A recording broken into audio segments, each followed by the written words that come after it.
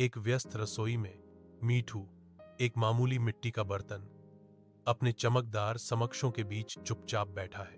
तांबे के बर्तन अपनी चमक का दावा करते हैं, चीनी मिट्टी के बर्तन अपनी सुंदरता का दावा करते हैं। उनकी ताना छोटी मीठू के चारों ओर गूंजती है। वह चुप रहता है। उपहास का शोर उसकी विनम्र आकृति में छाया को गहरा कर देता है। मीठू पर निराशा की एक लहर छा जाती है, क्योंकि वह जीवंत रसोई में अधिकाधिक अकेलापन महसूस करता है, अकेला और उदास। मीठू उनके शब्दों की चुभन को सोख लेता है। उसका मिट्टी का दिल दुख से भारी है। एक साधु बाबा धूल भरी गांव की सड़क पर चलते हैं। उनकी उपस्थिति तुरंत ध्यान आकर्षित करती है। वह एक मकान मालिक के पास जाता है। उसकी आंखें सहायता के लिए एक मौन अनुरोध व्यक्त करती हैं। साधु बाबा इशारा करते हैं, अपनी प्यास बुझाने के लिए एक साधारण बर्तन की तलाश में। मकान मालिक आदरपूर्वक सिर हिलाते हुए साधु बाबा को रसोई घर की ठंडी छाया की ओर ले जाता है।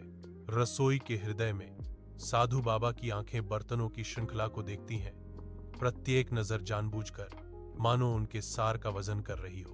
उसका अनुभवी हाथ मंडराता है, जो प्रत्येक बर्तन पर एक मौन निर्णय पारित करता है। आखिरकार वह मीठू का चयन करता है, जो शांत सभा के बीच चुना गया है। बाकी बर्तनों में आश्चर्य की एक स्पष्ट भावना फैल जाती है। उनके मिट्टी के चेहरे भ्रम से अंकित हैं। शांत प्रश्न हवा में लटके हुए हैं। अनकहे सवाल अवांछित लोगों के बीच घूम रहे हैं। मीठू को क्यों चुना गया, जो उनमें सबसे कमजोर है? रहस्य गहराता है।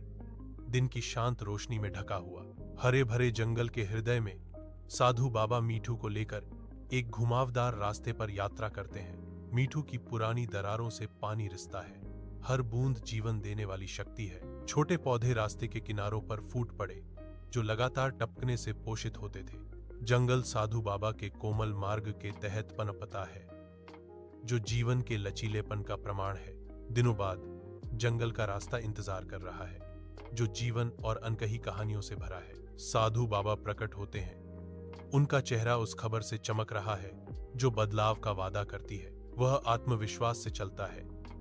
जंगल के दिल में खुशी का दूत। फूल खिले हैं, वह घोषणा करता है।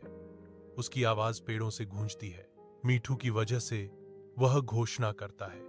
इस चमत्कारी परिवर्तन के स्रोत का खुलासा करते हुए रसोई में साधु बाबा जंगल में मिट्ठू के परिवर्तनकारी कार्य को याद करते हैं। मालकिन ध्यान से सुनती है।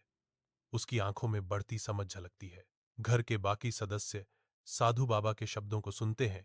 मिट्ठू के प्रति सम्मान खिलता है। एक साझा एहसास होता है, मिट्ठू के पास एक अद्वितीय, अमूल्य गुण है। मिट्ठू अब खुश है।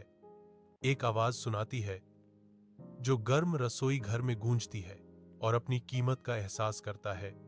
कथा समाप्त होती है। हवा में पुष्टि लटक रही है।